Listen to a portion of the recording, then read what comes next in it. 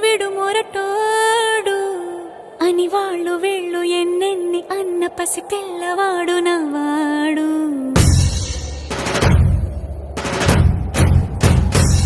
విడుముండోడు అని ఊరు వాడ అనుకున్న గాని మహారాజు నాకు నవ్వాడు.